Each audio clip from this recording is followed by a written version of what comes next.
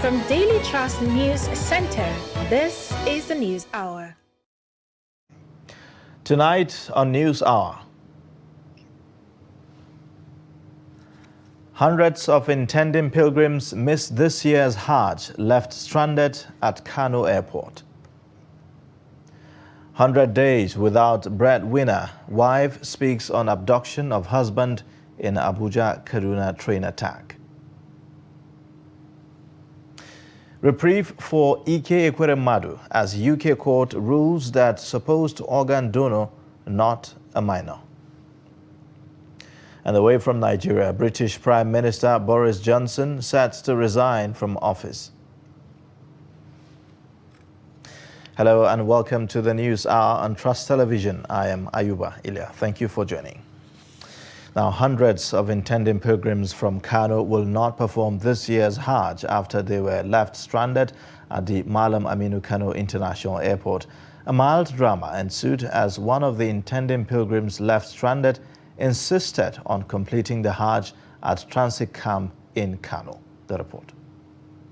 One of the stranded intending pilgrims, Jibril Abdul from Gezawa local government area of Kano State, became the center of attraction after he was sighted dressed in a white robe and declaring that he has already started his pilgrimage at the camp. He said that he sold his farmland just to go for the pilgrimage but left stranded because some unruly officials made it impossible for him and several others to be airlifted.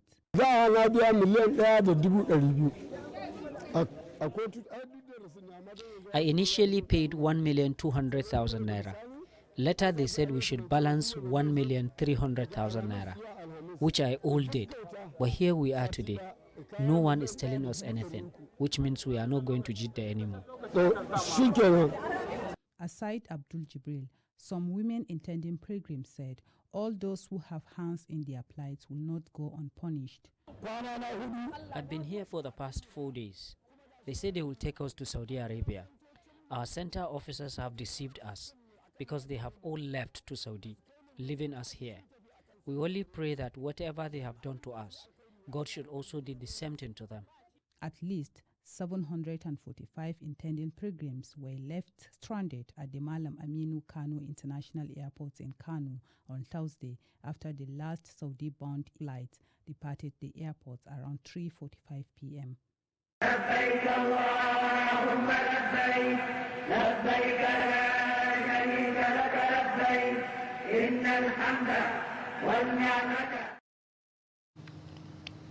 Meanwhile, ahead of Arafat Day, pilgrims have converged on Mina tent city for a 3-day Hajj rituals.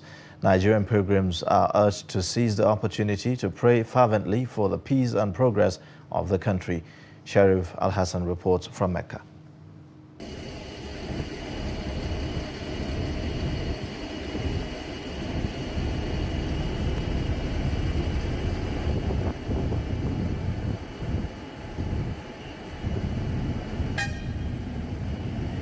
Nigerian pilgrims have arrived in Mina, the tent city, the hub of the Hajj rituals. While in Mina, the pilgrims are expected to spend 3 days performing basic Hajj rituals, such as the standing on the plain of Arafat, and of course, the symbolic stoning of the devil in Jamarat, as well as other sacrificial rites of the pilgrimage. What they were expected doing while they were in Mina is to continue remembering Allah subhanahu wa ta'ala.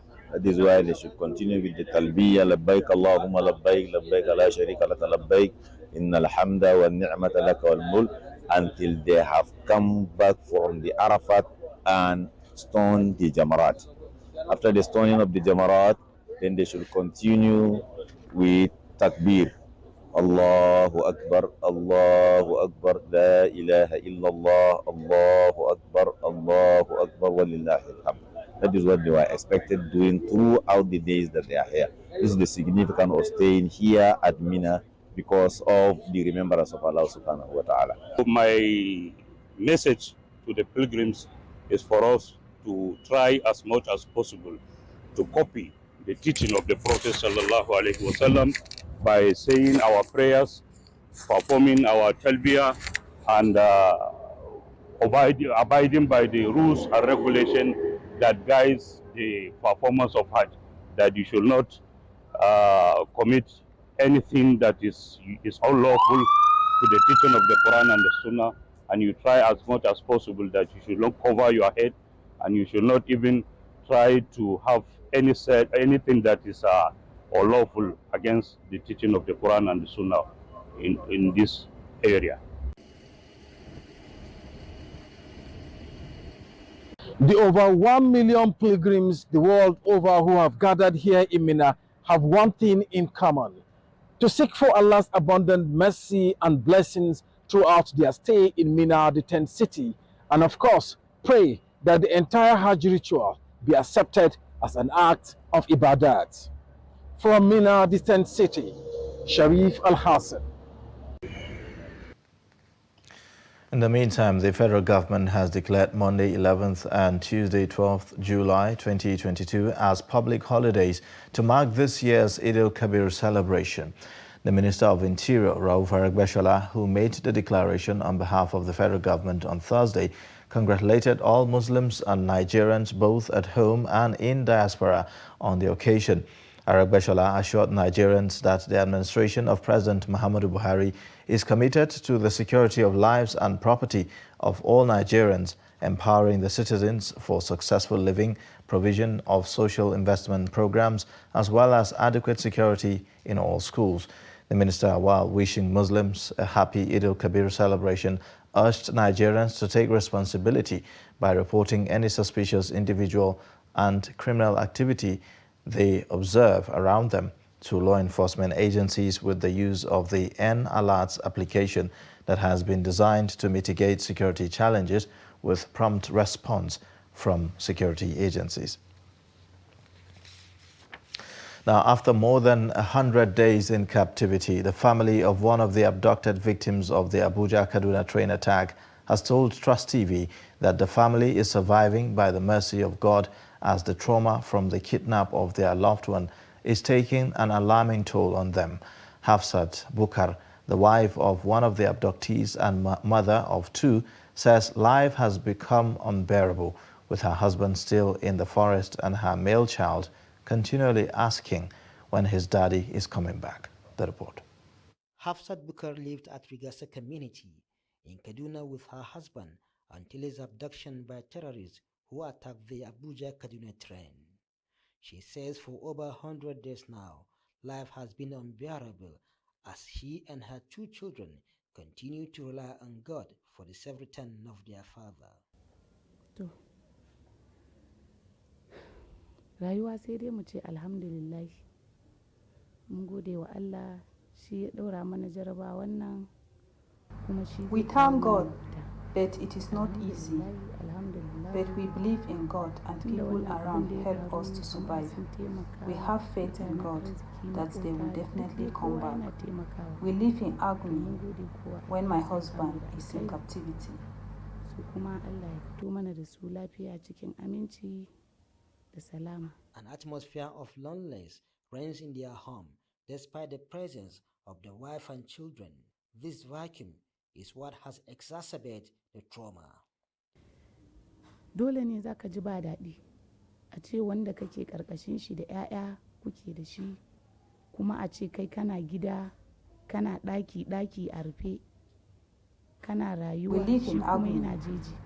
When your husband is in captivity, we are so lonely.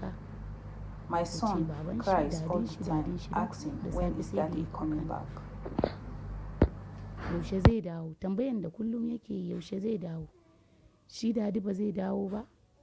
To ki kai ni gurin shi, dole ne dama yaro yayi wannan tambayan. Muhammad Ibrahim is a brother to the victim. He occasionally supports his abducted brother's family as a way of easing the burden occasioned by the brother's absence. We do our best to support the family.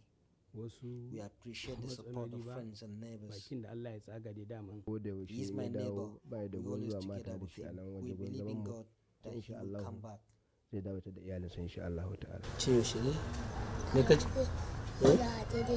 Why? There is an audio recording in circulation where Ansar Group said they will start slaughtering the kidnapped passengers within 24 hours if government fail to secure the release of the victim, send shivers down their spine. However, Hafsat says they're trusting God for safe return of her husband. Estranged wife of Robinson Uwak, a former Akwa Ibom State federal lawmaker in the 7th National Assembly, has appealed to the Speaker of the House of Representatives, Femi Gbajabiamila, to come to her rescue as she and her kids are being threatened with death. Kezia Uwak, at a press briefing, told journalists on Thursday that her estranged husband, who has sworn to kill her, has also snatched her kids from her. The report. Kezia Uwak, before her marriage to Robinson, was a photographer and content developer. She stopped working and remained a housewife under strict surveillance, adding that since then, she has suffered physical abuses that have left her traumatized. According to Kezia, who is already in court seeking a divorce, she's appealing to well-meaning Nigerians, particularly the Speaker, to intervene in the matter and help her recover her one-year-old twin babies, who the husband forcefully took away.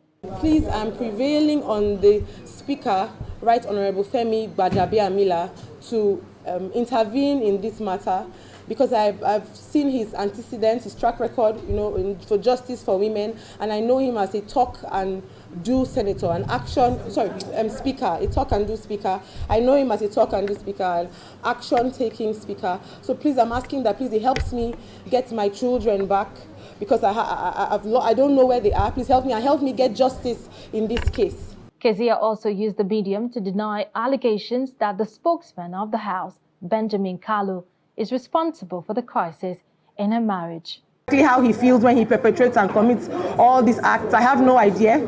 The first wife also ran away after 5 months. I mean, if he's insecure about everything. The first wife, 5 months, she ran away. She told me his knee was on her nose, that she knew she was going to die that day. He beat her bloody, and their case is still in court. The divorce is still, even as we speak right now, and he's refusing to sign it because he's telling her to remove domestic violence from the allegation or whatever she filed there.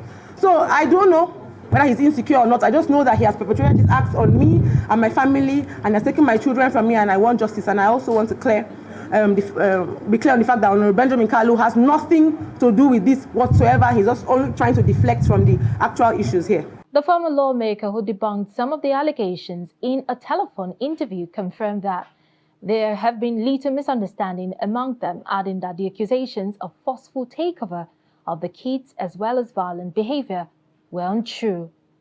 He also confirmed that he went to Calabar to pick the children and accused Kezia of running away for 1 whole month without his consent. President of the Senate, Ahmad Lawan, has said that the Tuesday's attack on the Kuje Medium Security Custodial Center by terrorists speaks volumes about the failure of the country's security architecture. Lawan stated this on Thursday when he led a delegation of leadership of the Senate to assess the level of attack on the correctional facility by insurgents. According to the Senate President, an attack on the Kuje Medium Security Custodial Center could only have been possible with the collaboration of insiders within the nation's correctional system. The Senate President asked the Controller General of the NCS to include a request for the provision of CCTV across maximum and medium correctional centers across the country in its 2023 budget proposal to the National Assembly for approval. Yeah. It's not only a jailbreak. It's showing the problems associated with our security system in the country. Because for about 300 people to trek to this facility, come and do this kind of operation, and go away. And out of the 300, maybe 4 were taken out. Says a lot about what our security situation is. So if this is what it is in the FCT, in other areas far away from the center of government will be worse. You're here where intelligence is supposed to be shared.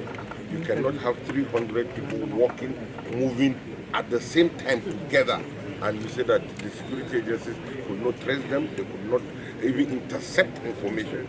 It's a very serious matter because this is the Federal Capital Territory, just like His Excellency the Senate President has said.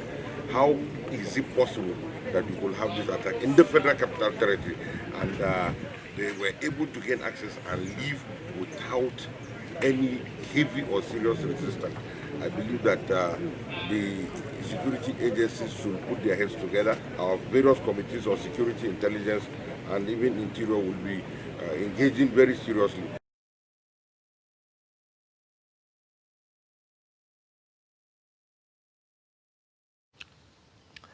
A special offences court sitting in the Ikeja area of Lagos State on Thursday convicted and sentenced to 7 years imprisonment a fake army general, Bolariwa Abiodun, whose real name is Hassan Ainde. Justice Oluwatoyin Taiwo convicted and sentenced the convict without any option of a fine. He was convicted following a plea bargain at the proceedings where he admitted to using the name of ex-President Olusegun Obasanjo to defraud a businessman, Bamidele Olusegun Safiriu, to the tune of 270 million naira. In her judgment, Justice Taiwo, who ordered the convict to give 20 million naira to the complainant, ordered the accused to forfeit 4 vehicles recovered during a search of his home at 1A Joke Ayo Street, Alagbado, Lagos. The judge also said that the defendant is to forfeit the building at number 1 Joke Ayo Street, Alagbado. The fake army general was charged by the EFCC on a 13-count charge bordering on obtaining money by false pretense, forgery of documents, and possession of documents containing false pretense values of 266 million naira 500,000. Now, gunmen on Tuesday night invaded the residence of Rev Daniel Umaru of the EYN Church in Jairi, Mubi local government area of Adamawa State, killing his sons and abducting his 13-year-old daughter. Umaru, who reportedly survived the attacks on his residence, is said to be in critical condition, while his wife is yet to come out of a coma over the gruesome murder of their 2 sons in the attacks. According to reports, the unknown gunmen who stormed the residence of Reverend Daniel at about 2 a.m. shot him and his 2 sons, who died instantly from the gunfire, and made away with his only daughter. The clergy is said to be currently recuperating at the hospital, though in critical condition, while his wife, who witnessed the attack, is reportedly still in a coma as of Wednesday. The trial of Ekweremadu and his wife Beatrice has been adjourned till August 4, 2022. The couple were arraigned at Westminster Magistrate Court over alleged organ harvesting on Thursday. Earlier, counsel for Ekweremadu denied any form of exploitation in the case.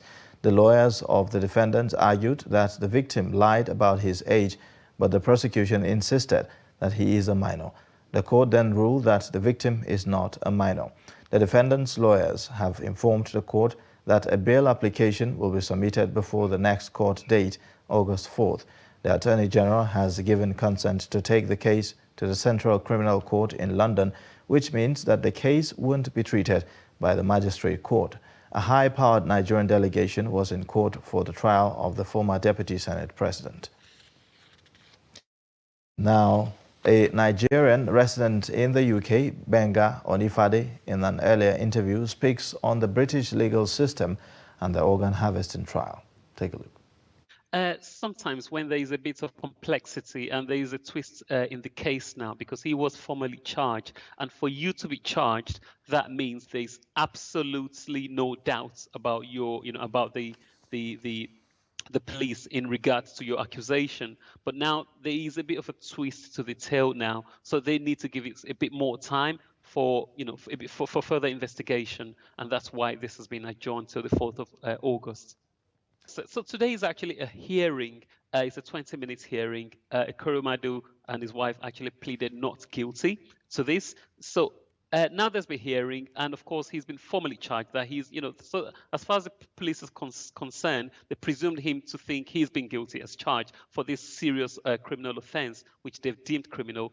The court has actually heard it, saying the boy is no longer 15, he is 21. So now they need to present, both sides have to present their cases, because they've heard from the police the first time, hence why he was remanded in custody. Now they've heard from Ekweremadu and the boy who claimed he is 21. Now both of them have to present their facts on the 4th of August, and the case is absolutely not going to Nigeria, as you mentioned. So he's not actually been deemed not guilty yet, because they need the facts from both sides, the lawyers from the police, and of course Ekweremadu, his lawyer as well, have to present their cases to the court officially.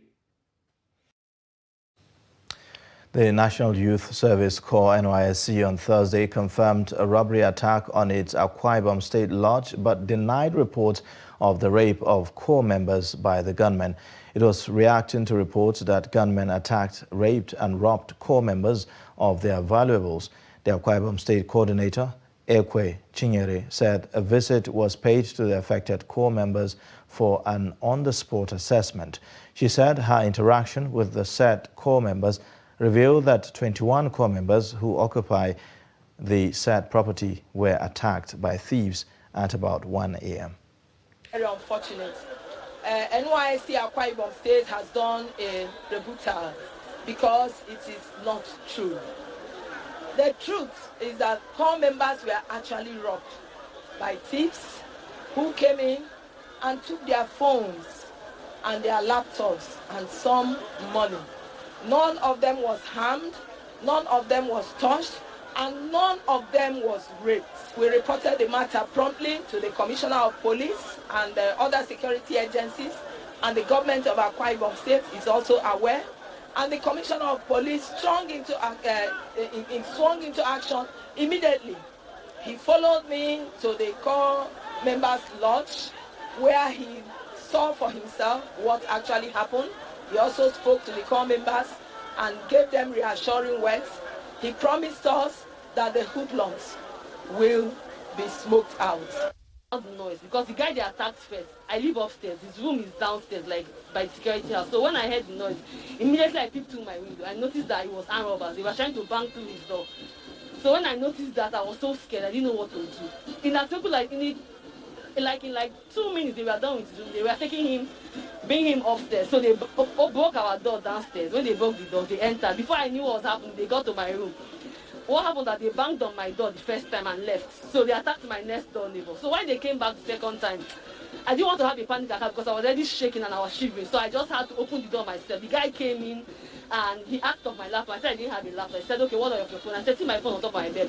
Immediately he carried my phone and left. They came to our rooms, they stole our phones, our laptops, and our credentials. They assaulted us. They slapped some people and stuff like that. They did not rape anybody. Now, the need for free speech and access to justice in the face of government crackdown on free press and social media has again come to the fore. At an event in Lagos, scholars from the University of Lagos, journalists, legal practitioners, as well as civil society groups met to address alleged threats by elected officials to silence critical media voices. Abbas Ibrahim Dalibi, who was part of the interactive session, now reports. Freedom of speech is a principle that supports the freedom of an individual or a community to articulate their opinions and ideas without censorship or legal sanctions, while the right to freedom of expression is recognized in the Universal Declaration of Human Rights and International Human Rights Law by the United Nations. Many countries have constitutional law that protect free speech. Ifeoma Ben is a managing partner of a law firm. She disclosed that free speech is a fundamental right available for every citizen in Nigeria. First of all, when you are talking about freedom of the press, then you also bring in the freedom of expression. So because that's also part of the basic foundation. It is something that is very important, very key in every democracy. So you cannot have a successful democracy without the freedom of the press. So the media, the press plays a very fundamental role in this regard. And it is something that has to be given the adequate attention, both by the governments, other stakeholders, and ensure that this right is adequately protected. Because if the press cannot speak up, cannot report, cannot talk about the ills in the society, cannot even portray certain aspect that needs to be told, certain information that needs to be disseminated to the public, then we are in trouble. The country will be in trouble. So it is a very important aspect of our democracy and must be given adequate attention. The erosion of press freedom is both a system of and a contributor to the breakdown of other democratic institutions and principles, a fact that makes it especially alarming. This is according to Dr. Suraj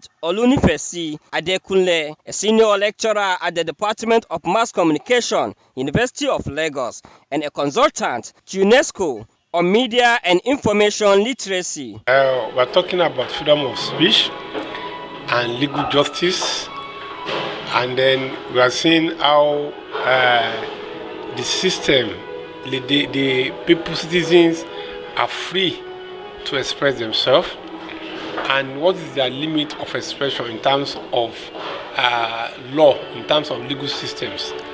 As we know very well, the issue of free speech has become a big issue.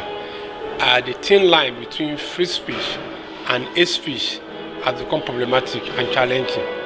So people want to be critical of government, which is normal in any democratic setting.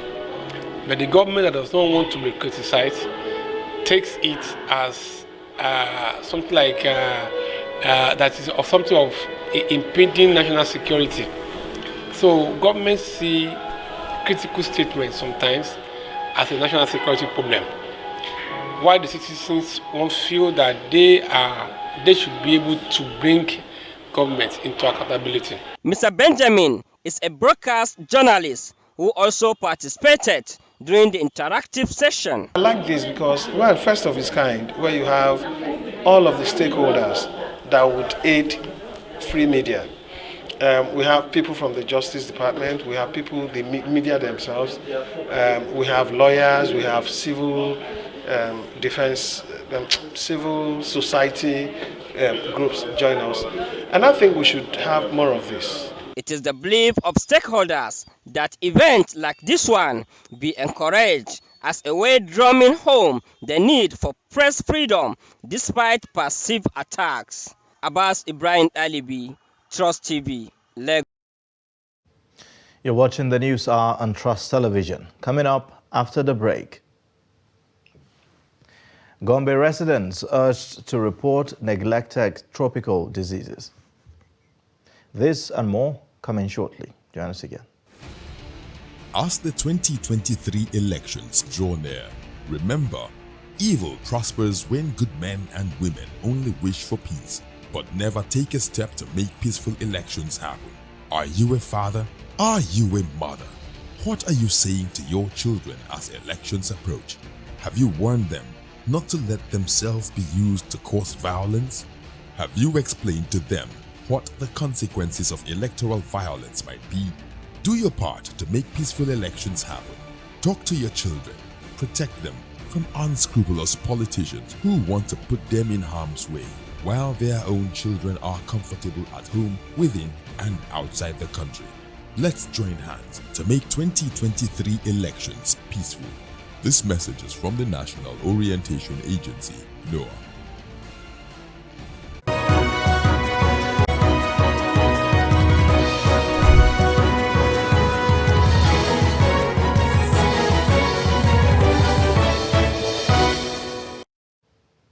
Thanks for staying. Here's a reminder of our top stories. Hundreds of intending pilgrims missed this year's Hajj, left stranded at Kano Airport. 100 days without breadwinner. Wife speaks on abduction of husband in Abuja, Kaduna train attack.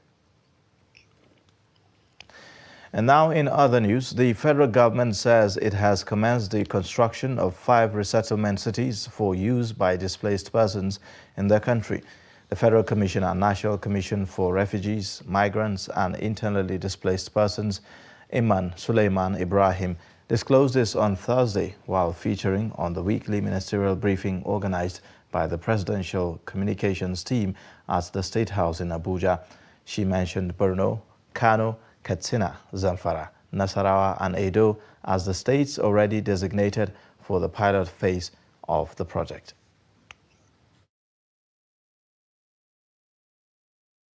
For validation of the Global Compact for Migration.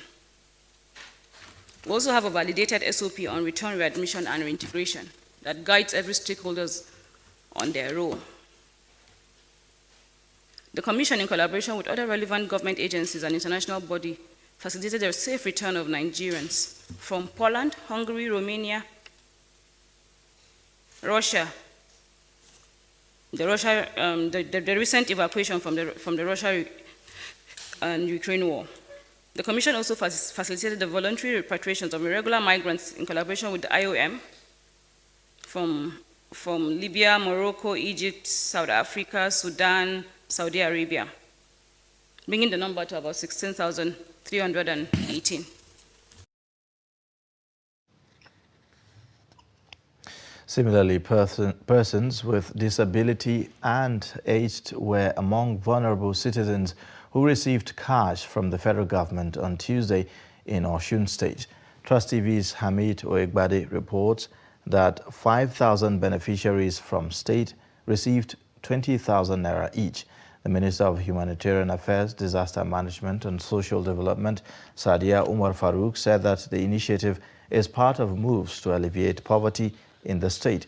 Farouk, who was represented by Nasir Sani Gwasu, said that the federal government is committed to addressing the plight of the poor and vulnerable in the country. The minister said 15,908 households in the state are receiving monthly cash transfer of 5,000 naira under the federal government's National Social Investment Program.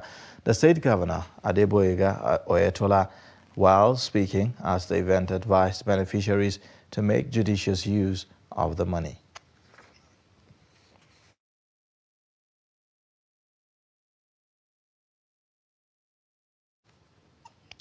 Pensioners in Taraba State on Thursday decried the non-payment of their entitlements for 8 years by the governor, Darius Ishaku. Reports say that the pensioners had earlier protested to the state government house demanding for their entitlements but were not received by any official. The state chairman of the union, Kefas Katan, who led the protest, told journalists that the state government was owing retirees over 30 billion naira for the past 8 years.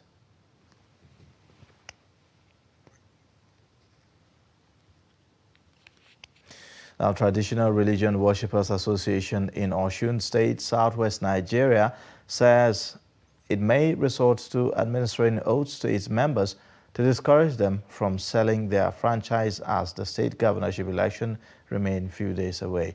Trust TV's Shafiu Suleiman reports that the decision is coming hours after President Muhammadu Buhari presented APC flag bearer of the party's governorship candidate in the state. Gombe State government has called on residents of the state to report cases of neglected tropical diseases, NTDs, to avoid complications. The State Commissioner for Health, Dr. Habu Dahiru, gave the charge during a meeting to review issues of neglected tropical diseases in Gombe State, organized by Amen Foundation in collaboration with the World Health Organization. Ibrahim Ismail reports. Neglected tropical disease (NTDs) are believed to affect over 1.5 billion people globally. They are diseases of the poor and vulnerable and affect the most impoverished, marginalized, and hard-to-reach communities in both low and middle-income countries. The devastating impact of these diseases on individuals and communities is an issue of concern to Gombe State government, especially people's misconception about the NTDs. It is widely known these diseases, as they are commonly called, neglected tropical diseases. In true terms, they were neglected. If you see hydrocele, you see a case. If you look at those pictures, you imagine that they are not even human beings, and they must have had these illnesses for a very long time. And that is why it qualifies it to be it's been neglected. It's supposed to have been picked right from the onset of the illness, but it was not given that attention, and so many myths were attached to it. And people thought they were not even treatable. And now today, we're able to address issues of hydrocele, we're able to address hernias, we're able to address TTs, and we'll also establish centers in each of the 11 local governments to screen for cervical cancer and breast cancer. The president of Amen Foundation urged parents to look after their words to prevent them from contracting NTDs. Cleanliness is part of it. Even if you don't have safe water, people are advised to boil their water, because if you boil your water before drinking, then you would have killed the worms or germs in it. Hygiene is also another thing. We should keep our environment hygienic. Children should not be allowed to defecate everywhere, especially in streams or ponds that are used as drinking water. And then generally people should observe wash, that is sanitation, and should be able to wash their faces, wash their hands regularly.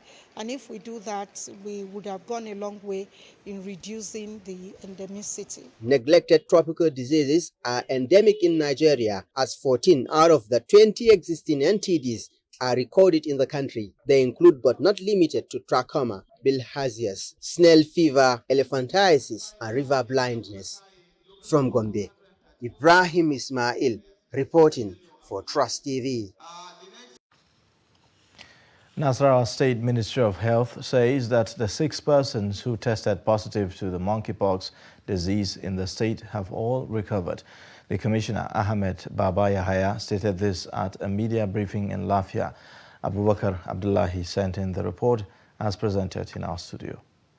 Nigeria is yet again battling the re-emergence of monkeypox, and Nasarawa State is not left out, as index cases of the disease were recorded in 2 people on May 22, 2022 in Kefi, and subsequently 4 additional cases in Lafia, the state capital. Nasarawa State Commissioner for Health, Ahmed Baba Yahaya, while speaking on the outbreak, said the 6 infected persons have recovered from the disease. The state has recorded 6 confirmed cases of the disease in the following local government area. Lafia has recorded about 4. Kefi has recorded about 2. The area occur in countries that have all recovered from the disease within no deaths. He cautioned residents against direct contact with an infected person, as well as sharing of eating utensils, in order to prevent themselves from contacting the monkeypox. Do not touch the rash or scabs. Do not kiss, hug, cuddle, or have sex with someone suspected or confirmed to have rashes of monkeypox. Do not share eating utensils with someone who has monkeypox. Avoid touching or handling clothes, bedding, towels, or other lining used by the person who has monkeypox rashes. Thus, handling these items should use hand gloves and disinfected the items appropriately. Hand washing and wash hands with soap and running water, or use alcohol-based hand rub and sanitizer. Baba Yahaya also said healthcare workers are being on the disease, adding that essential drugs and commodities for the treatment of the disease have also been procured. He maintained that the treatment for the disease is available in all the general hospitals, Dalhatu Arab Specialist Hospital Lafia and Federal Medical Center Kefi. Parents have been called upon to prioritize the education of their children to enable them contribute positively to nation building. The head of Ruga community, a suburb in the Federal Capital Territory, Rahman Shuaibu, stated this in a chat with Trust TV. Kabir Lawan reports.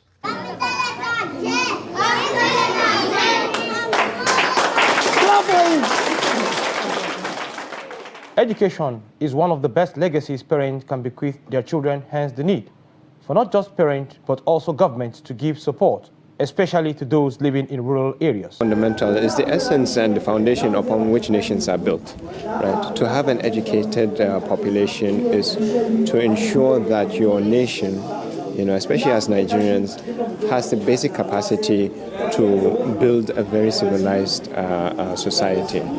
Education is the... Mina Abdul-Mumin, a woman activist, says developing the nation should start from the grassroots through the provision of social amenities, as it paves way for those at the level to feel carried along in nation building, irrespective of tribe or religious differences. The boy that you saw reading ABCD earlier, when we came to this community, he couldn't even identify the letter A.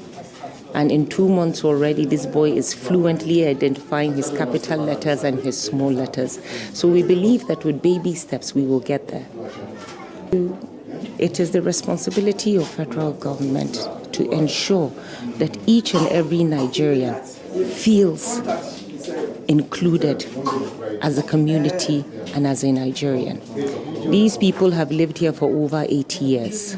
No water, no electricity, no toilet, no schools. And we're complaining about banditry. So until we can give them a sense of belonging, until we can make them feel that they're very much a Nigerian like any Hausa, Yoruba, Efik, Borno. A cross-section of Nigerians believe that education the younger generation will make them good ambassadors of the nation. That was not built on education. There is no any way that that country will develop. Let's all try, irrespective of tribe, irrespective of ethnicity, let's try and build this nation through education. Children in the community express happiness to receive formal education, which they believe holds the key to their success in life. Kabir Lawal, Trust TV News, Abuja. Now going back to our story on Traditional Religion Worshippers Association in Osun State, southwest Nigeria, where they said that they may resort to administering oaths to its members to discourage them from selling their franchise as the state governorship election remain a few days away. According to our correspondent Shafiu Suleiman, who reported that the decision is coming hours after President Muhammadu Buhari presented the APC flag to the party's governorship candidate in the governorship election, Adeboyega Oyetola. Take a look. The decision of the Traditional Worshippers Association is contained in a statement signed by its president, Oluseyi Atanda, who says it would have been a historic fiat if such oath could be administered on all inhabitants of Osun State to stop the ugly trend of vote buying. While challenging the leadership of both Christianity and Islam in Osun to also prevail on their members not to sell their votes during the poll, the religious group instructed its members not to sell or buy votes, as it will amount to mortgaging their conscience. President Muhammadu Buhari on Wednesday presented flag of the All Progressives Congress (APC) to the party's governorship flag bearer in the state, Adeboyega Oyetola, with a hope to make himself available at the party's campaign grand finale to cheer it to victory. I believe by any standard I've done very well to deserve a second term. The Independent National Electoral Commission (INEC) has fixed July 16th for the Osun State governorship election. Shafiu Suleiman, Trust TV News, Abuja. We'll now take a short break. The news continues shortly. Join us again.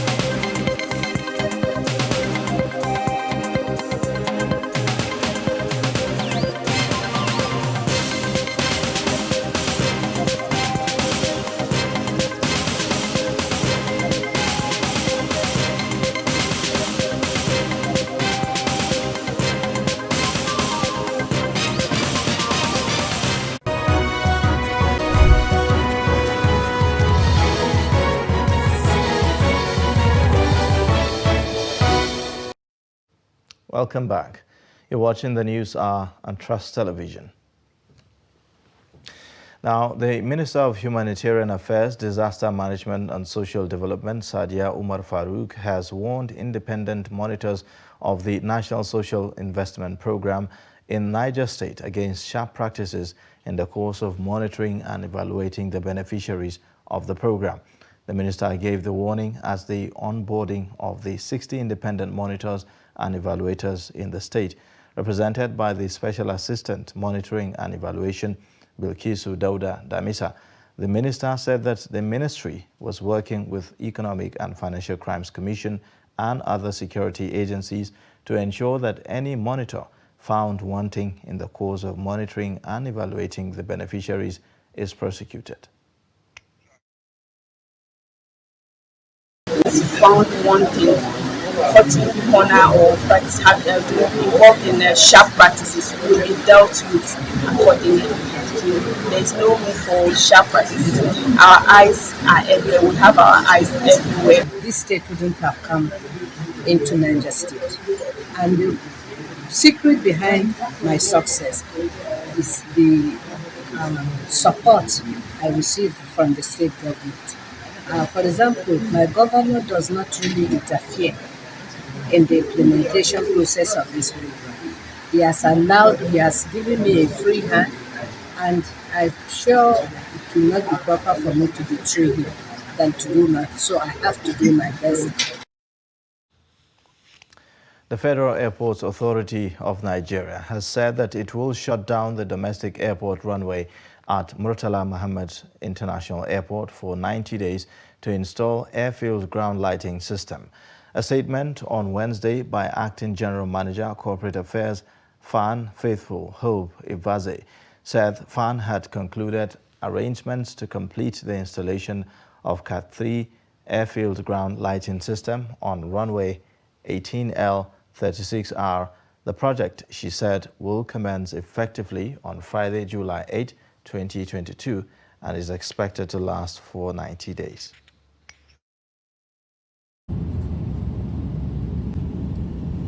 Future travel needs, including checking in for a flight and managing your Sky Miles account.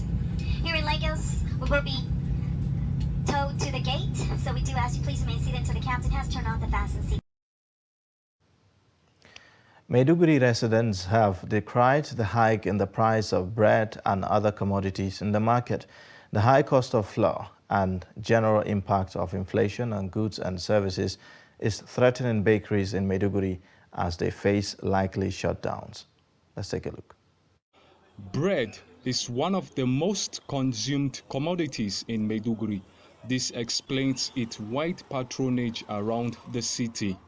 But the recent increase in the price of a loaf of bread is scaring residents and leaving a few hawkers in the street selling the commodity. The high price of flour has led to a reduction in production as well as demand in some factories. Abdullahi Saleh, a baker, says he had no choice but to increase the price per loaf to keep his business running. He's considering shutting down the facility to venture into another enterprise, but he's still making consultations.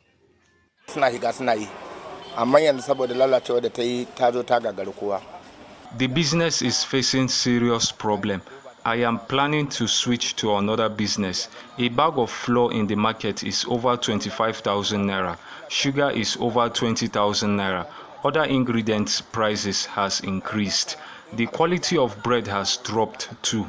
If we will produce good quality, bread of 400 naira, it will cost 800 naira. 200 naira will cost 400 naira. So people will not buy, and we are not happy too. Some residents say the astronomical increase in the prices of goods and services has worsened the present economic challenges facing them. Before, 200 naira bread can serve breakfast for you and your family, but now even 500 naira can't. Because of the expense, I've stopped eating bread. Now I and my family eat only swallow. We even eat it as breakfast. Just managing to sell, Customers don't patronize us like before, despite increasing the price, and nylon is expensive. So we too had to increase our price, and a lot of people are complaining. Government should do something about it. Nigerians on the streets of Maiduguri are hopeful that the government will address the rising inflation to enable small businesses stay aloft. Let's now take a look at business updates as put together by Chamo Dabe.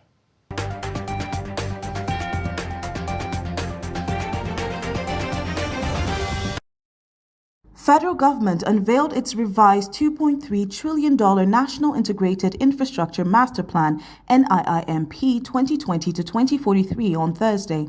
The NIIMP was created to direct Nigeria's infrastructure investment by adopting a coordinated approach to infrastructure development across all sectors, add value to the national economy, and increase private sector participation in infrastructure development. This is according to the Minister of State for Budget and National Planning, Prince Clem Agba, who launched the document in Abuja. According to the revised NIIMP, which was released by the federal government, Nigeria needs to invest $2.3 trillion in infrastructure over the next 21 years, or nearly $150 billion annually, to finance infrastructure projects and close the country's infrastructure gap. Agba explained that the NIIMP was created as a government blueprint for developing the kind of world-class infrastructure needed to expand the economy, improve the quality of life for citizens, create jobs, and increase the country's competitiveness on the global stage. Distribution companies, discos, and other offenders who disobey the current laws and regulations governing the power sector will now face sanctions from the Federal Competition and Consumer Protection Commission, FCCPC. The Commission's Executive Vice Chairman Babatunde Irukera announced this during the FCCPC Organized Electricity Consumer Complaints Resolution Platform in Nasarawa State. Irukera, who was represented by the Executive Commissioner Operations of the Commission, Adamu Abdullahi, stated that the non-compliance of discos with the rules of the Nigerian Electricity Regulatory Commission, NYSC, is a plague in the industry. Irukera cited a few of the complaints, including bad customer service, overbilling, metering, transformer problems, connection, and unlawful and widespread disconnections. He asked discos to commit themselves more firmly to following NERC rules. The Nigerian Communications Commission, NCC, has published draft guidelines on infrastructure deployment in the telecom sector in anticipation of the 5G network rollout, scheduled to begin on August 24, 2022. By August, the 5G network will successfully roll out in Nigeria according to the instructions. The NCC described the extent of the rules and advised communication service providers, operators, designers, fabricators, and installers of communication towers that they must rigorously abide by the criteria to ensure environmental safety and good engineering practices. The standards took into account the different types and components of tower constructions and also included detailed information on wind speeds in Nigeria that engineers could use as a guide when designing masts and towers. The regulations outlined issues with public safety, worker and equipment safety, and the duties of owners, designers, and manufacturers of communications masts and towers. That's all for business news. I am Chamo Dabeng.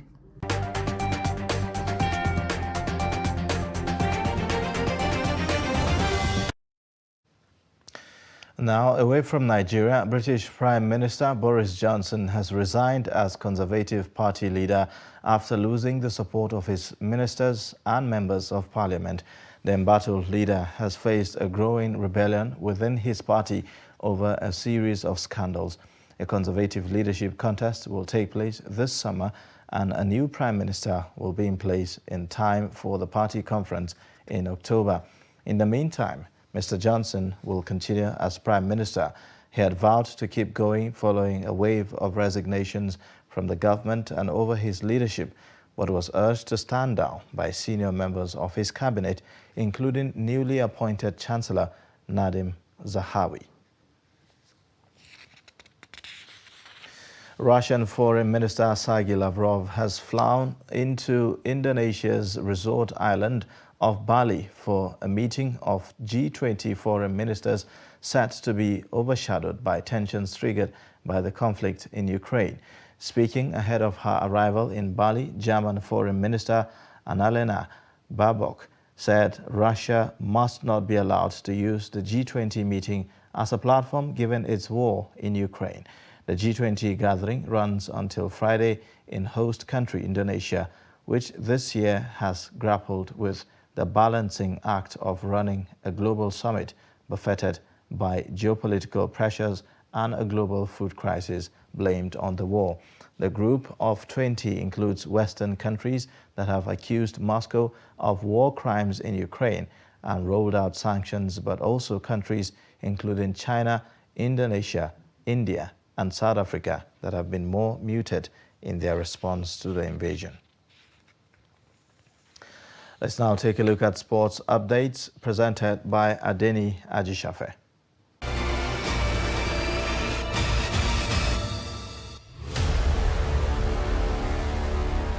The 24th National Sports Festival, NSF logo, medals and mascot for 2022 edition to be hosted by Delta State has been unveiled in Asaba.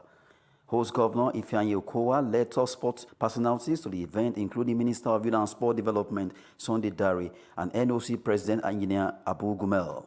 The event tagged Uniting Nigeria, Inspiring a New Generation, will go down in history as the best organized and economic viable with the array of sponsors that have already identified with the event. Chief host Dr. Okowa promised that Asaba will put up a show that the whole country will be proud of when the National Sports Festival begins later in the year. Minister of Youth and Sport Development assured that Asaba is ready with the unveiling of the game's mascot and charged various committees set up for the sports festival to ensure 2022 National Sports Festival delivers a world-class competition that sets a standard for the future. Local Organizing Committee LOC Chairman Chief Patrick Uka says the unveiling shows the readiness of Delta State towards hosting a successful event in November. The unveiling of the mascot officially flags off the marketing activities of the game scheduled to hold from November 2nd to 15th, 2022, with over 16,000 athletes from across Nigeria converging in Delta State to compete for medals in 40 sporting events. And in football, 4 Nigerians have been nominated for the 2022 Confederation of African Football. And with that, we wrap up the news hour on Trust Television. You can watch more via all our social media platforms and also connect with us on our YouTube channel.